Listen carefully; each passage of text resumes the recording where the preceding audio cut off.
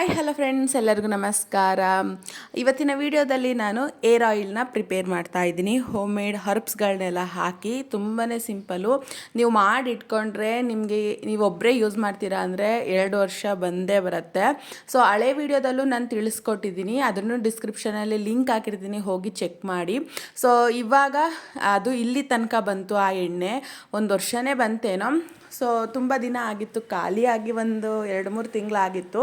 But ಇವಾಗ ಮುಡಿ ಕೊಟ್ಟಿರುವ ಕಾರಣ ತಿರ್ಗಾ ಎಣ್ಣೆನ ನಾನು ಪ್ರಿಪೇರ್ ಮಾಡಿ ಸೊ ಅಪ್ಲೈ ಮಾಡಿ ಹಾಕಿದಾಗ ಕೂದಲು ಗ್ರೋತು ನಿಮಗೆ ಬೇಗ ಗೊತ್ತಾಗುತ್ತೆ ರಿಸಲ್ಟು. ಅಂದರೆ ಮೊದಲು ಕೂದಲು ಇದ್ದದ್ದಕ್ಕೂ ಹಾಕಬೇಕಿದ್ರೆ ಇವಾಗೂ ರಿಸಲ್ಟ್ ನಿಮಗೆ ಗೊತ್ತಾಗಲಿ ಅಂತ ಅಂದ್ಬಿಟ್ಟು ಹೊಸ ಸಬ್ಸ್ಕ್ರೈಬರ್ಗಳಿಗೆ ಈ ವಿಡಿಯೋನ ಶೇರ್ ಮಾಡ್ಕೊತಾ ಇದ್ದೀನಿ. ಹೆಂಗಿದ್ರು ಮಾಡ್ತಾ ಇದ್ದೆ ಅಲ್ವಾ ಎಣ್ಣೆನ, ನಿಮಗೂ ತೋರಿಸೋಣ ಅಂದ್ಬಿಟ್ಟು. ಏನೇನು ಬೇಕು ಅಂತ ನೋಡೋಣ ಬನ್ನಿ.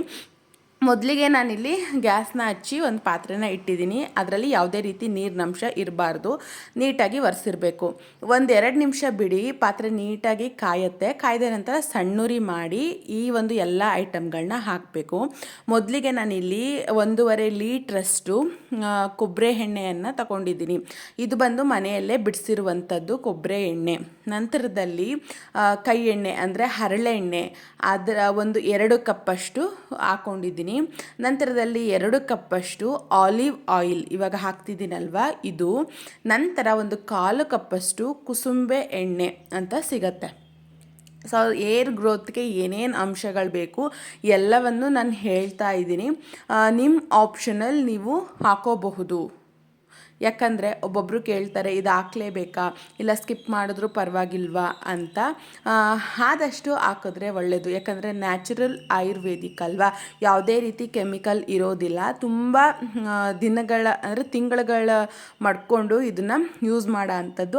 ಆದ್ದರಿಂದ ಹಾಕುವ ಮೆಥಡ್, ಎಷ್ಟು ಹಾಕ್ತೀವಿ, ಎಷ್ಟು ನಿಮಿಷ ಕಾಯಿಸ್ತೀವಿ ಅನ್ನೋದು ನಿಮಗೆ ಚೆನ್ನಾಗಿ ನೆನಪಲ್ಲಿ ಇರಬೇಕು. ಯಾಕಂದರೆ ಅರ್ಧಂಬರ್ಧ ನೀವು ಕಾಯಿಸಿದ್ರೆ ಅದು ಬೇಗ ಹಾಳಾಗ್ಬಿಡುತ್ತೆ. ಯಾಕಂದರೆ ಎಲ್ಲ ಹಸಿ ಅಂಶಗಳನ್ನ ಹಾಕ್ತಾ ಇರ್ತೀವಲ್ವ.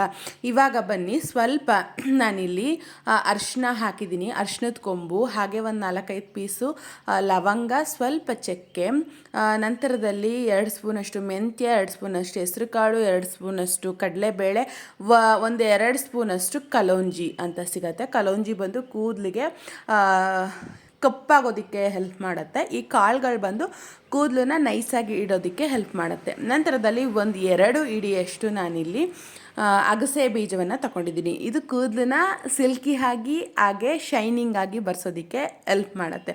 ಇದಿಷ್ಟನ್ನು ನಾನು ಹಾಗೆ ಹಾಕೋಬಹುದಾಗಿತ್ತು, ಬಟ್ ಅದರ ಅಂಶ ಬಿಟ್ಕೋಬೇಕು ಅಂತ ಅಂದ್ಬಿಟ್ಟು ತರಿಯಾಗಿ ಪೌಡ್ರು ಮಾಡ್ಕೊಂಡಿದ್ದೀನಿ, ನೀವು ನೋಡಬಹುದು. ಈ ಪೌಡ್ರನ್ನು ಎಣ್ಣೆ ಇಟ್ಟಿರ್ತೀರಲ್ವ, ಸೊ ಸಣ್ಣೂರಿನೇ ಇರಲಿ, ಈ ಪೌಡ್ರನ್ನ ನೀವು ಮಿಕ್ಸ್ ಮಾಡ್ಕೊಳ್ಳಿ. ನಾನಿಲ್ಲಿ 1.5 ಲೀಟ್ರಷ್ಟು ಕೊಬ್ಬರಿ ಎಣ್ಣೆ ತಗೊಂಡಿರೋದು. ಬಟ್ ಬೇರೆ ಎಣ್ಣೆ ಎಲ್ಲ ಆ್ಯಡ್ ಮಾಡಿದಾಗ 2 ಲೀಟ್ರ್ ಎಣ್ಣೆ ಆಗುತ್ತೆ. ಆ ಒಂದು ಮೆಥಡ್ಗೆ ನಾನು ಹೇಳ್ತಾ ಇರೋದು ಸಾಮಾನ. ಹಾಗೆ ಒಂದು ಈರುಳ್ಳಿ ಉದ್ದುದ್ದವಾಗಿ ಕಟ್ ಮಾಡಿ ಹಾಕ್ಕೊಂಡಿದ್ದೀನಿ. ನಂತರದಲ್ಲಿ ಬೇವಿನ ಸೊಪ್ಪಿನ ಚೆಕ್ಕೆ, ಅಂದರೆ ಬೇವಿನ ಸೊಪ್ಪಿನ ಮರ ಬರುತ್ತಲ್ವ, ಅದ್ರ ಚೆಕ್ಕೆನ ತಗೊಂಡಿದ್ದೀನಿ. ಸೊ ಪುಡಿ ಇದ್ರೂ ಹಾಕ್ಕೊಳ್ಳಿ, ಸ್ವಲ್ಪ ಚೆಕ್ಕೆ ಸ್ವಲ್ಪ ಪೌಡ್ರು ಎರಡನ್ನೂ ಸಹ ಆ್ಯಡ್ ಮಾಡ್ತೀನಿ. ನಂತರದಲ್ಲಿ 3 ಹಿಡಿಯಷ್ಟು ಕರಿಬೇವು, ಹಾಗೆ 1-4 ವೀಳ್ಯದೆಲೆ, ಹಾಗೆ ಬಂದು ಬ್ರಾಹ್ಮಿ ಎಲೆ 2 ಹಿಡಿ ತಗೊಂಡಿದ್ದೀನಿ. ಇದಿಷ್ಟನ್ನು ನಾನು ಒಂದು 3-4 ದಿನ ಈಚೆ ಇಟ್ಟಿದ್ದೆ. ಹಸಿ ಇದೆ, ಬಟ್ ಸ್ವಲ್ಪ ಒಣಗಿದೆ, ಪರವಾಗಿಲ್ಲ. ಈ ಒಂದು ಹಾಕುವ ಎಲ್ಲ ಹಸಿ ಪದಾರ್ಥಗಳು ಫುಲ್ಲು ಗರ್ಗರಿಯಾಗಿ ಆಗಬೇಕು. ಆ ಎಣ್ಣೆ ಕುದೀತಿರತ್ತಲ್ವ, ಅದು ಮೇಲೆ ನೊರೆ ಎಲ್ಲ ಹೋಗಬೇಕು, ಆವಾಗ ಪರ್ಫೆಕ್ಟಾಗಿ ಎಣ್ಣೆ ಬೆಂದಿದೆ ಅಂತ ಅರ್ಥ. ಹಾಗೆ 2 ಹಿಡಿಯಷ್ಟು ನುಗ್ಗೆ ಸೊಪ್ಪು ಹಾಕ್ತಾಯಿದ್ದೀನಿ, ಇದು ಕೂದಲಿಗೆ ತುಂಬಾ ಒಳ್ಳೆಯದು. ನಂತರದಲ್ಲಿ 1 ಹಿಡಿಯಷ್ಟು ಬೇವಿನ ಸೊಪ್ಪು, ಬೇರು ಹಾಕಿದ್ದೀನಲ್ವ, ಹಾಗೆ ಸ್ವಲ್ಪ ಬೇವಿನ ಸೊಪ್ಪನ್ನು ಸಹ ಇಲ್ಲಿ ಸೇರಿಸ್ತಾ ಇದ್ದೀನಿ. ಹಾಗೆ ದಾಸವಾಳದ ಹೂವು, ದಾಸವಾಳದ ಎಲೆ 2 ತಗೊಂಡಿದ್ದೀನಿ ನಾನಿಲ್ಲಿ. ಬಿಳಿ ದಾಸವಾಳ ಆದರೆ ತುಂಬಾ ಒಳ್ಳೆಯದು. ನಿಮ್ಗೆ ಯಾವುದಿರುತ್ತೆ ಅದನ್ನು ತಗೊಳ್ಳಿ. ನೀಟಾಗಿ ಒಂದು 30 ಎಲೆಗಳು ಇರಬಹುದು, ಅದನ್ನು ನೀಟಾಗಿ ಸಣ್ಣದಾಗಿ ಈ ಥರ ಕೈಯಲ್ಲೇ ಅದನ್ನು ಕಟ್ ಮಾಡಿ ಹಾಕ್ತಾ ಇದ್ದೀನಿ. ಈ ಹಸಿ ಪದಾರ್ಥ ಎಲ್ಲ ಮೊದಲೇ ಹೇಳ್ತಾ ಇದ್ದೀನಿ ಪದೇ ಚೆನ್ನಾಗಿ ಗರ್ಗರಿ ಆಗಬೇಕು. ಬೇಡಿ ಯಾವುದೇ ಕಾರಣಕ್ಕೂ ಎಣ್ಣೆನ ಜೋರುರಿ ಮಾಡಬೇಡಿ, ಸಣ್ಣ ಉರಿಯಲ್ಲೇ ಇರಲಿ. ಇದಿಷ್ಟನ್ನು ಹಾಕಿ ಅಟ್ಲೀಸ್ಟ್ ನೀವು 2.5 ಗಂಟೆನಾದರೂ ಈ ಎಣ್ಣೆನ ಬೇಯಿಸಬೇಕು. ಎಣ್ಣೆ 1/4 ಲೀಟ್ರಿಂದ ಒಂದು ಸ್ವಲ್ಪ 700 ml ಒಳಗೆ ಒಂದು 500 ml ಮೇಲೆ ಸ್ವಲ್ಪ ಅದು ಕುದ್ದು ಹಿಂಗತ್ತೆ. ಸೊ ಯೋಚನೆ ಬೇಡ. ನೀವು ಅಕಸ್ಮಾತ್ ಜೋರೂರಿ ಮಾಡಿದ್ರೆ ಇದು ಒಂದೇ ಸರಿ ಉಕ್ಕಿಬಿಡುತ್ತೆ, ಉಕ್ಕಿಬಿಟ್ಟು ಚೆಲ್ಬಿಡುತ್ತೆ. ಯಾಕಂದರೆ ನನಗೆ ಈ ಸರಿ ಹಾಗೆ ಆಯಿತು. ಎದುರುಗಡೆನೇ ಇದ್ದೆ ಅಂತ ಅಂದ್ಬಿಟ್ಟು ಜೋರೂರಿ ಮಾಡಿದೆ. ಅದೇನಾಯಿತು ಅಂತ ಅಂದರೆ ಪಾತ್ರೆ ಎಲ್ಲ ಕಾಯ್ದುಬಿಡುತ್ತೆ. ಮೊದಲೇ ಎಣ್ಣೆ ಅಲ್ವಾ, ನೀವು ಎಷ್ಟೇ ಸಣ್ಣ ಉರಿ ಮಾಡಿದ್ರು ಅದು ಉಕ್ಕು ಬರಬೇಕಿದ್ರೆ ಎತ್ತು ಕೆಳಗಡೆ ಇಟ್ಟರು ಅದು ಫೋರ್ಸ್ಗೆ ಮೇಲೆ ಉಕ್ಕುತ್ತಾನೆ ಇರುತ್ತೆ. ನಾನು 4:41 ಎಣ್ಣೆನ ರೆಡಿ ಮಾಡೋದಕ್ಕೆ ಇಟ್ಕೊಂಡಿರೋದು ನೋಡಬಹುದು. ಇಷ್ಟು ಇವಾಗ ಅಂದರೆ ಆ ಸೊಪ್ಪೆಲ್ಲ ರಸ ಬಿಡ್ತಾ ಇದೆ, ಹಾಕಿರುವಂತಹ ಪದಾರ್ಥಗಳು ಎಲ್ಲವನ್ನು.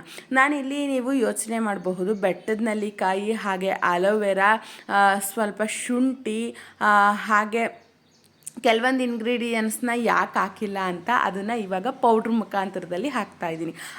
ಅತಿ ಮಧುರ ಅಂತ ಪೌಡ್ರು ಸಿಗುತ್ತಲ್ವ, ಇದರಲ್ಲೇ ಹಾಕ್ತಾಯಿದ್ದೀನಿ. ಹಾಗೆ ಇದರಲ್ಲಿ ನಿಂಬೆಹಣ್ಣು, ಶುಂಠಿ, ಅಲೋವೆರಾ ಹಾಗೆ ಬೆಟ್ಟದ ನೆಲ್ಲಿಕಾಯಿ ಇದೆ.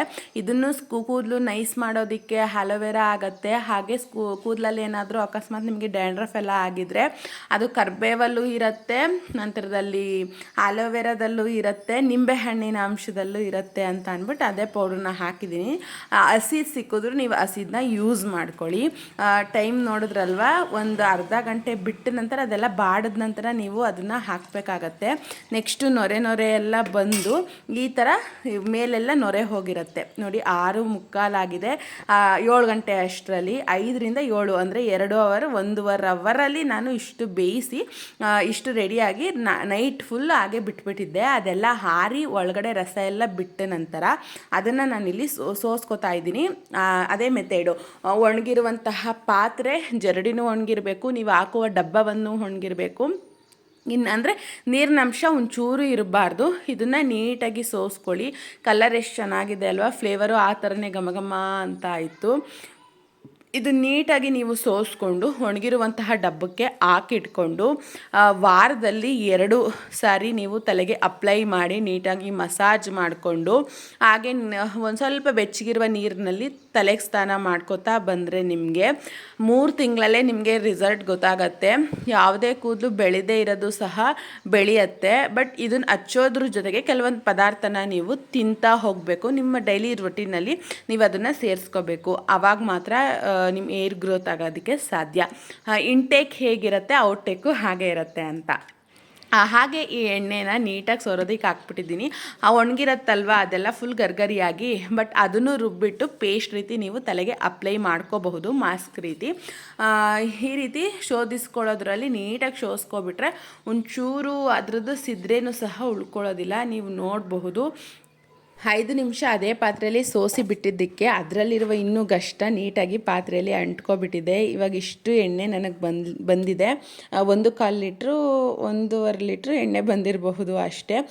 ನಾನು ಮುಖಕ್ಕೆ ಫೇಸ್ ಬ್ಯಾಕ್ ಹಾಕಿದ್ದೆ, ಬಟ್ ನಿಮಗೆ ತೋರಿಸ್ಬೇಕಲ್ವ ಆಯಿಲ್ದು ಅಂತ ಅಂದ್ಬಿಟ್ಟು ಅಪ್ಲೈ ಮಾಡ್ಕೋತಾ ಇದ್ದೀನಿ.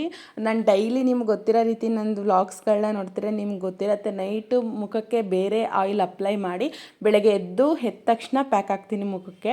ಸೊ ಅದೇ ವಿಡಿಯೋದಲ್ಲಿ ನಿಮಗೆ ವಿಡಿಯೋ ತೋರಿಸ್ಬೇಕಾಗಿತ್ತು ಅಂತ ಅಂದ್ಬಿಟ್ಟು ಎಣ್ಣೆನ ಅಪ್ಲೈ ಮಾಡ್ಕೋತಾ ಇದ್ದೀನಿ. ಇವತ್ತಿಗೆ ಮುಡಿ ಕೊಟ್ಟು 1 ವಾರ ಕರೆಕ್ಟಾಗಿ ಎಕ್ಸಾಕ್ಟ್ ಆಗಿದೆ. 7 ದಿನದಲ್ಲಿ ಇಷ್ಟು ಏರ್ ಗ್ರೋತ್ ಆಗಿದೆ. ಇವತ್ತಿಂದ ಈ ಎಣ್ಣೆನ ಯೂಸ್ ಮಾಡ್ತಾ ಇದ್ದೀನಿ. ಸೊ ಎಷ್ಟು ದಿನಕ್ಕೆ ಏರ್ ಗ್ರೋತ್ ಆಗುತ್ತೆ, ಹೇಗಾಗತ್ತೆ ಅಂತ ನಾನು ಡೈಲಿ ರೊಟೀನಲ್ಲಿ ಅಪ್ಡೇಟ್ ಮಾಡ್ತಾ ಹೋಗ್ತೀನಿ. ಹಾಗೆ ಇದ್ರ ರಿಸಲ್ಟು ನಾನು ಮಾಡಿ ನಾನು ಹಾಕಿರೋದ್ರಿಂದ ನನಗೆ ಚೆನ್ನಾಗಿ ಗೊತ್ತಿದೆ, ಒಳ್ಳೇದಾಗತ್ತೆ ನೋಡಿರೋದಿಲ್ಲ. ಆದ್ರಿಂದ ನಿಮ್ಗಳಿಗೋಸ್ಕರ ಹಾಗೆ ಡಿಸ್ಕ್ರಿಪ್ಷನ್ ಹೇಳ್ತಾ ಇರೋದು ಪ್ಯಾಕ್ ಪೌಡ್ರ್ ಲಿಂಕ್ನು ಸಹ ಕೊಟ್ಟಿರ್ತೀನಿ. ನೀವು ಹೆಚ್ಚು ಅಂದರೆ 10,000 ಸಬ್ಸ್ಕ್ರೈಬ್ ಆದ ತಕ್ಷಣ ಫೇಸ್ ಆಯಿಲ್ನ ನಾನು ರಿವ್ಯೂ ಮಾಡ್ತೀನಿ, ನಿಮಗೂ ಸಹ ಮಾಡಿ ತೋರಿಸ್ತೀನಿ. ನೀವು ಮಾಡಬಹುದು. ಮುಖನೂ ಗ್ಲೋ ಬರ್ಸ್ಕೋಬಹುದು, ಮುಖದಲ್ಲಿ ಕಲೆಗಳು ಇಲ್ಲದೇ ಇರೋ ರೀತಿನೂ ಮಾಡ್ಕೋಬಹುದು, ಕೂದಲು ಬರ್ಸ್ಕೋಬಹುದು. ಎಲ್ಲ ನಮ್ಮ ಮನೆಯಲ್ಲೇ ಅಡುಗೆ ಮನೆಯಲ್ಲೇ ಸಿಗುವಂತಹ ಓಮ್ ರೆಮಿಡಿಗಳು, ನಮ್ಮ ಸುತ್ತಮುತ್ತ ಗಿಡ ಮರದಲ್ಲಿ ಸಿಗುವಂತಹ ಓಮ್ ರೆಮಿಡಿಗಳನ್ನ ಬಳಸೇ ನೀವು ಸೌಂದರ್ಯವನ್ನು ಹೆಚ್ಚಿಸ್ಕೋಬಹುದು. ಯಾವುದೇ ರೀತಿ ದುಡ್ಡು ಕೊಟ್ಟು ತಗೋಬೇಕು, ಕೆಮಿಕಲ್ ಯೂಸ್ ಮಾಡಬೇಕು ಹಾಗೆ ಹೀಗೆ ಅಂತ ಅವಶ್ಯಕತೆಯೇ ಇಲ್ಲ. ಇನ್ಯಾಕೆ ತಡ, ರಕ್ಷು ಕೈ ರುಚಿ ಚಾನಲ್ನ ಸಬ್ಸ್ಕ್ರೈಬ್ ಆಗಿ ಹಾಗೆ ಹೇಳುವ ಟಿಪ್ಸ್ಗಳನ್ನ ಯೂಸ್ ಮಾಡಿ. ಯಾಕಂದರೆ ನಾನು ಮೊದಲು ಟ್ರೈ ಮಾಡಿ ನಿಮಗೆ ನಂತರದಲ್ಲಿ ತಿಳಿಸೋ ಅಂಥದ್ದು, ಡೈರೆಕ್ಟಾಗಿ ನಿಮಗೆ ವಿಡಿಯೋ ಮಾಡಿ ಹಾಕೋದಿಲ್ಲ. ಆದ್ದರಿಂದ ಅಷ್ಟೇ ಲೈಕ್ ಮಾಡಿ, ಶೇರ್ ಮಾಡಿ, ಹಾಗೆ ನಿಮ್ಮ ಬಂಧು ಮಿತ್ರರಿಗೆ, ನಿಮ್ಮ ಫ್ರೆಂಡ್ಸ್ಗಳಿಗೆ ಎಲ್ಲ ಈ ವಿಡಿಯೋನ ಶೇರ್ ಮಾಡಿ, ಹೇಗಿತ್ತು ಅಂತ ತಿಳಿಸಿ. ಒಂದು ಸಾರಿ ಟ್ರೈ ಮಾಡಿ ಅಂತ ಹೇಳ್ತೀನಿ. ನೀವು ಅಟ್ಲೀಸ್ಟ್ 1 ಲೀಟ್ರ್ ಎಣ್ಣೆ ಹಾಕಲಿಲ್ಲ ಅಂತ ಅಂದ್ರೂ 1 ಕಪ್ ಎಣ್ಣೆಗೆ ನೀವು 1 ಟೈಮ್ಗೆ ನೀವು ಮಾಡಿ ನೋಡಿ, ನಿಮಗೆ ಗೊತ್ತಾಗತ್ತೆ.